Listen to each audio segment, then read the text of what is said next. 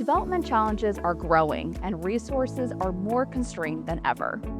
This is why partnerships are so important. Hi everyone, I'm Srimati Sridhar with the Royal Bank, and today we're talking about something called co-financing, how bringing partners together can help drive real impact.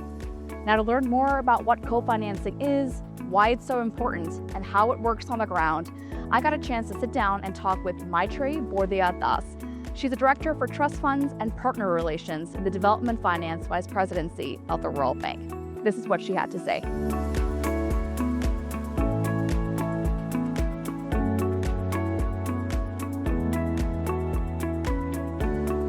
Maitri, welcome. Thank you, Sri. Pleasure to be here. And I'm very excited to talk to you today because we're going to be discussing something close to your heart. It's called co-financing. So to kick things off, can you tell me in plain and simple terms, what is co-financing? So, co-financing is not a technical word, right?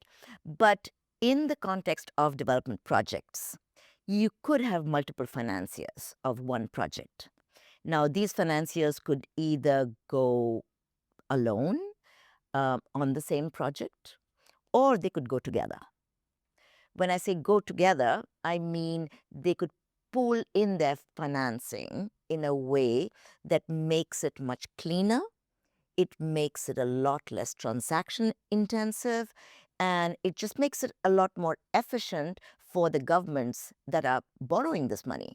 So they're borrowing money for their development outcomes. They're borrowing money for projects, and they want to be able to do this in a way that's efficient and in a way that doesn't lead to huge costs for them. Okay, you're setting me up very nicely for my next question, which is why is co-financing so important, do you think, and especially in this current climate that we're in? So, I think that you hit it right on the head. This current climate makes co-financing extremely important. And when I say the current climate, I mean a climate which has very scarce concessional resources for development. And we're going to see increasingly scarce resources for development. So from a largely efficiency point of view, it's extremely important for financiers not to come up with their fragmented projects in a particular country, but actually to come together. And it's not just for the sake of partnerships, which is important in and of itself, but for the sake of efficiency gains, greater transparency, greater predictability of resources, and basically to ensure that the government that is getting this money, and we're talking right now, I should say, about only public sector co-financing. We're talking about projects in the public sector with sovereigns. And these sovereigns, they could be countries that have relatively low levels of either technical expertise, or they could have very few people working on a particular issue, and it stretches them really thin. I'd love to know how it really works on the ground. So can you give me an example of how you've seen co-financing work well in action? Let's think about a road, okay? A very long road. And now there could be financiers that decide they are going to do financing from point 0 to 100 kilometers, from 101 kilometers to 500 kilometers, from 500 and so on. And they could do it in batches. Or they could say, this is a single road, and we're all going to pool in our finances and let the government decide how best it wants to construct this road. That's a great analogy. So that's one way of thinking about it. But, just in terms of a good example, we have a Indonesia Health Systems project, which is a very large project.